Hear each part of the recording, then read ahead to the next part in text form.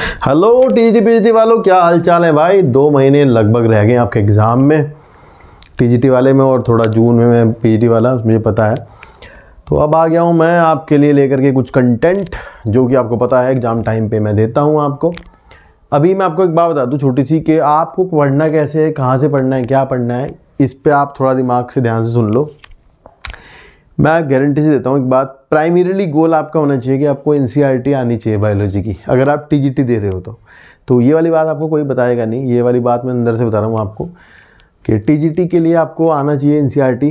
50-60 सवाल, 50 सवाल maybe, I think they will ask from there, वहाँ से आएंगे ही 50 सवाल। तो और उसके बाद जो आपको एडिशनल लगाना है उसमें थोड़ा थोड़ा, तो वो मैं पॉइंट आपको दूंगा, एडिशनल पॉइंट्स हैं ये। इन सब पॉइंट्स को आपको डालना है कहाँ पर, जो एनसीईआरटी है उसके साथ में डालना है, या फिर जो आपकी बेसिक नॉलेज आपने कलेक्ट कर रखी है उसमें इन पॉइंट्स को ऐड कर लेना है हर जगह पे, जगह जगह पे जहाँ जहाँ भी ज़रूरत होगी वहाँ पे। और एक बैच मैं चलाने की सोच रहा हूँ, तो आप कमेंट करके बताना मुझे कि बना ले या ना बना ले। ये मतलब एक बैच बनाऊंगा छोटा सा ऑनलाइन, उसमें थोड़ा थोड़ा चीज़ें पढ़ा दूंगा जो कि मुझे लगता है कि पेपर में आएंगी, इंपॉर्टेंट होती हैं जो चीज़ें वो। और बाकी आपको अब मैं गारंटी देता हूँ कि आपके लिए, टीजीटी वालों के लिए, अब लगातार ऐसी वीडियोस आएंगी रोज़, जिसमें आपको ये वाला कंटेंट मिलेगा जो कि आपको ऐड करना है अपनी नॉलेज के साथ। आपके पास बहुत सारा ज्ञान, बहुत सारी नॉलेज है जो, उसके साथ में आपको इसको ऐड करना है, जोड़ना है, ठीक है। तो करते हैं शुरू सेल वाले चैप्टर से। इससे पहले मैंने बैक्टीरिया वाली वीडियो बनाई हुई है, वो जाकर के आप देख सकते हो, बैक्टीरिया में क्या क्या एक्स्ट्रा पढ़ना है। इसी की प्लेलिस्ट में मिल जाएगी आपको, टीजीटी पीजीटी की प्लेलिस्ट है, वहाँ पर मिलेगा। और अभी यूकैरियोटिक सेल के बारे में थोड़े थोड़े पॉइंट्स हैं जो कि ऐड किए मैंने, उनको आप देख लो एक बार, ठीक है। चलो, तो यहाँ पर हम शुरू करते हैं। यहाँ लिखा है सामने, ये पॉइंट्स हैं, इनको मार्क करना है, ऐड करना है, और आप स्क्रीनशॉट ले लेंगे, इनका पढ़ लेंगे यहाँ से। रॉबर्ट हुक ने एक किताब लिखी थी, ये सवाल आ सकता है कि रॉबर्ट हुक ने माइक्रोग्राफिया नाम की बुक लिखी थी, ये पूछ सकते हैं। द टर्म साइटोलॉजी, ऐसे सवाल फालतू के बहुत पूछता है ये आयोग, कि साइटोलॉजी टर्म किसने दिया था। तो साइटोलॉजी टर्म जो है वो हार्टविग ने कॉइन किया था। ईयर आप इसका छोड़ देना। The simple microscope was invented by, तो सिंपल माइक्रोस्कोप सबसे पहले गैलीलियो ने बनाया था। उसके बाद फर्स्ट माइक्रोस्कोप जो है वो रॉबर्ट हुक ने बनाया था, कुछ लेंसेस के आधार पर, उन लेंस का यूज करके बनाया था। फिर उसके बाद ल्यूवेनहॉक ने भी थोड़ा बहुत उसको माइक्रोस्कोप को मॉडिफाई किया था। इससे पहले एक और आदमी थे, जैकरिस जेंसन, उन्होंने बनाया था। तो यहाँ लिखा है ल्यूवेनहॉक। यहाँ सवाल आएगा कि ल्यूवेनहॉक ने, एंटोनी वॉन ल्यूवेनहॉक ने first to see the free cells in bacteria, सबसे पहले बैक्टीरिया को देखा था, और इन्होंने इसे एनिमल क्यूल का नाम दिया था, ये भी आप ध्यान रखोगे। Protozoa, red blood cells and sperm swimming in the semen, ये भी सब इन्होंने चेक किया था। 1939 में ये याद करना है आपको कि शेल्डन एंड स्वान जो थे, उन्होंने सेल थ्योरी को फॉर्मुलेट किया था, ये क्वेश्चन है। Schleiden worked on a plant cell and Schwann worked on animal cell, ये थोड़ा ध्यान रखना होगा आपको कि शेल्डन ने जो है वो प्लांट सेल पे काम किया था, और जो स्वान थे उन्होंने एनिमल सेल पे काम किया था। फिर लिखा है ऑब्जेक्शंस टू सेल थ्योरी, ये सवाल भी कभी कभी कुछ एग्जाम्स में आता है कि सेल थ्योरी का ऑब्जेक्शंस क्या है। तो ध्यान रखना, virus do not have cellular structure, virus cellular नहीं होता, वहाँ सेल थ्योरी लागू नहीं होती। Monera and protista A cellular, यहाँ भी सेल थ्योरी लागू नहीं होती, इस बात का आप ध्यान रखेंगे, ठीक है।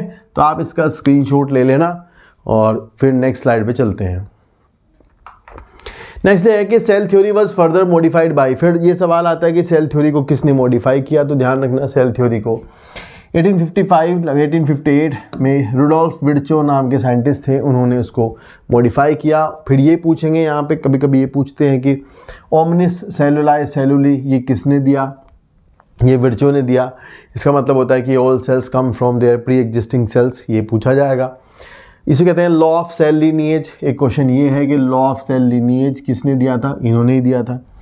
फिर लिखा है कि कोर्टाई was the first who served as observed a protoplasm in cell which is named as Sarcode by Dujardin। तो यहाँ क्वेश्चन जो बनेगा वो बनेगा कि प्रोटोप्लाज्म को सारकोड किसने कहा। तो आप ध्यान रखोगे, प्रोटोप्लाज्म को सारकोड जो है वो डुजार्डिन ने कहा, ये क्वेश्चन भी आपसे पूछा जाएगा। The term protoplasm was coined bye, फिर ये सवाल आएगा कि प्रोटोप्लाज्म टर्म जो है वो किसने दी, तो ये पुरकिंजे ने दी, इस बात को आप मार्क कर लेना, term protoplasm given by पुरकिंजे। Cellular totipotency, ये सवाल डायरेक्ट आता है कि टोटिपोटेंसी क्या होती है, टोटिपोटेंसी का मतलब क्या होता है। तो ध्यान रखना कि सिंगल सेल अगर होल ऑर्गेनिज्म में कन्वर्ट होने की कैपेबिलिटी रखती है तो उसे टोटिपोटेंसी कहते हैं। इसकी डेफिनेशन आपको पता होनी चाहिए कि सिंगल सेल इज टोटिपोटेंट, ठीक है, ये वाली बात। नेक्स्ट है cellular totipotency was first suggested by Haberlandt. यहाँ सवाल है कि सबसे पहले टोटिपोटेंसी किसने सजेस्ट की, तो हेबरलैंड ने की थी, ये सवाल पूछ सकते हैं। And also regarded as the father of tissue culture, तो यहाँ ये भी सवाल है कि टिश्यू कल्चर के फादर कौन है, तो आप ध्यान से मार्क कर लोगे हेबरलैंड है। लिखा है Stewart first provided the evidence of cellular totipotency, सबसे पहले जो एविडेंस दिया था वो स्टीवर्ट ने दिया था। ये तो नहीं पूछेंगे पर ये फिर भी पूछ सकते हैं यहाँ से, ठीक है। चलो नेक्स्ट देखते हैं। नेक्स्ट है ये बहुत इंपॉर्टेंट सवाल है, बहुत ज़्यादा इंपॉर्टेंट सवाल है कि अनीता गुहा एंड एस.सी. माहेश्वरी 1966, ये इन्हें आप मार्क कर लो दोनों को।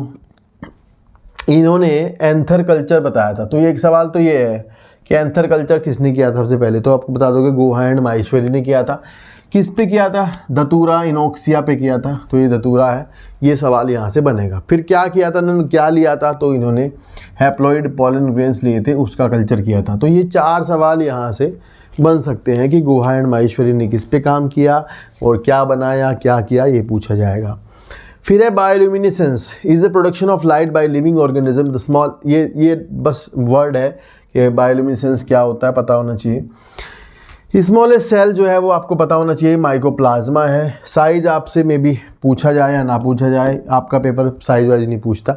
स्मॉलेस्ट सेल माइकोप्लाज्मा लुडविगी है शायद से, ठीक है, ये ध्यान रखना। फिर यहाँ लिखा है कि among the largest cell are the, एक सेकेंड है, तो यहाँ लिखा है कि among the largest cells are the nerve cell, तो लार्जेस्ट सेल यहाँ लिखी है तो नर्व सेल्स है।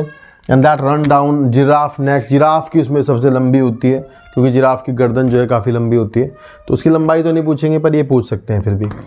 नेक्स्ट है रिड्यूस्ड कैरियोप्लाज्मिक रेशो, ये बहुत इंपॉर्टेंट सवाल है। अगर किसी सेल का कैरियोप्लाज्मिक रेशो कम हो जाता है तो सेल जो है वो डिवीजन करती है, यानी साइज बड़ा हो गया। तो ये इंपॉर्टेंट सवाल है बहुत ज़्यादा कि किसी सेल का अगर न्यूक्लियोसाइटोप्लाज्मिक रेशो या कैरियोप्लाज्मिक रेशो जो है वो बढ़ जाता है, कम हो जाता है तो सेल जो है वो डिवाइड करती है, ऐसा सवाल पूछ सकते हैं आपसे। फिर लिखा है metabolically active cells are small and small cells have higher nuclear plasmic ratio, मतलब जो मेटाबॉलिकली एक्टिव सेल्स होती हैं, जितनी सेल छोटी होगी, कॉन्सेप्ट है, छोटी सेल होगी तो उसका कैरियोप्लाज्मिक इंडेक्स जो है वो कम होगा, कैरियोप्लाज्मिक रेशियो कम होगा एंड न्यूक्लियर प्लाज्मिक रेशियो कम होगा तो सेल जो है वो क्या बोलते हैं फिर डिवाइड नहीं करेगी, ये भी बात है।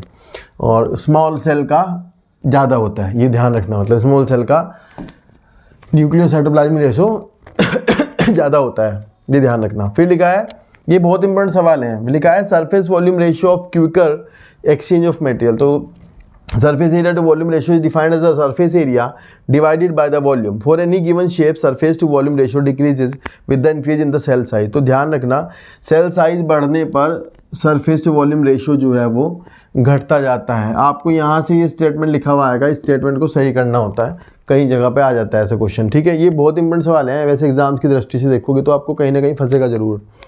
ठीक है, the volume of the cell is major of the space inside the cell, the larger the volume cell the more chemical activity it can have. तो ये भी स्टेटमेंट बन सकता है कहीं पे कि जितना ज़्यादा वॉल्यूम होगा सेल का उतना ज़्यादा उसके अंदर केमिकल एक्टिविटी होंगी, सिंपल बात है, ठीक है।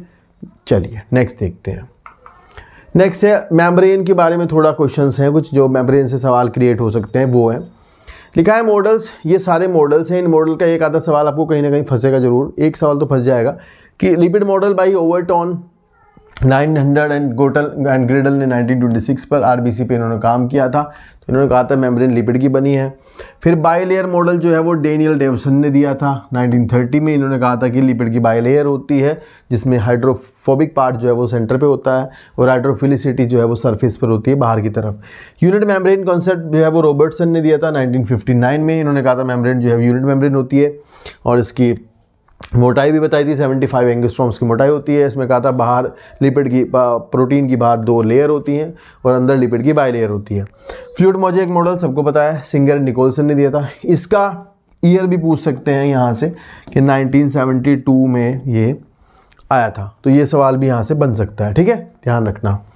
नेक्स्ट है आपका ग्रोटन ग्रिडल ने स्टडी किया था आरबीसी पे। ये भी सवाल है कि आरबीसी की मेम्ब्रेन पे स्टडी किया था, क्योंकि आरबीसी में बाकी कोई सेल ऑर्गेनेली की मेम्ब्रेन नहीं होती, घोष होता है वो, उसके अंदर से अगर आप मेम्ब्रेन निकाल लोगे तो केवल बाहर वाली मेम्ब्रेन ही निकलेगी, ठीक है, ये ध्यान रखना। तो नेक्स्ट देखो, chemically a biomembrane consist of lipid 40% and proteins are 50 to 75% and carbohydrates 15%। तो ये केमिकल स्ट्रक्चर है किसकी, मेम्ब्रेन की। द इंटीग्रल प्रोटीन्स जो अंदर प्रोटीन होती हैं वो लगभग 70% होती हैं टोटल मेम्ब्रेन प्रोटीन का, ये भी ध्यान रखना। आपको पता ही है स्ट्रक्चर, आपने बाइलेयर देखी हुई होगी, बाइलेयर मॉडल ऑफ जो आपका सेंगर निकोल्सन का मॉडल है वो वाला, उसमें आपको ये वाले स्टेटमेंट के सवाल आ सकते हैं कहीं कहीं से कि इंटीग्रल प्रोटीन जो है वो ज़्यादा होती है, 70% होती है, पेरिफेरल प्रोटीन कम होती है, ये ध्यान रखना, ये पूछ लेंगे।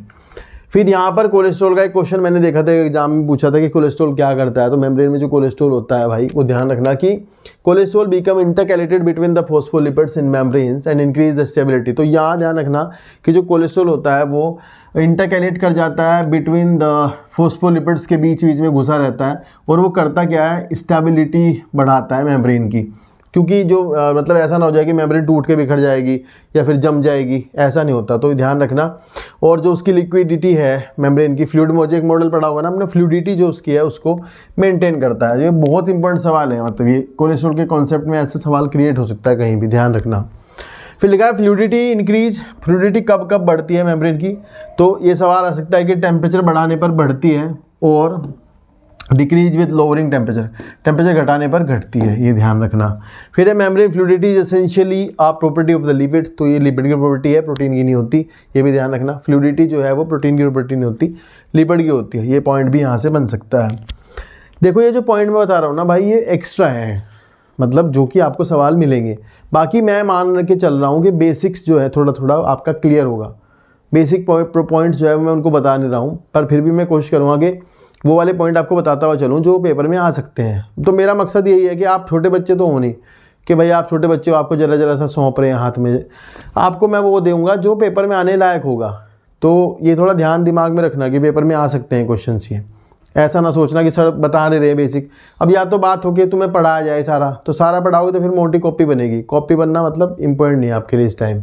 आप ध्यान से समझो, चीज़ें ये आएंगी, ये रट लो। अगर आपके समझ देखो मैं मान के चल रहा हूँ, अगर किसी के समझ नहीं आ रहा है ना, तो वो तो तैयारी ही ना करे।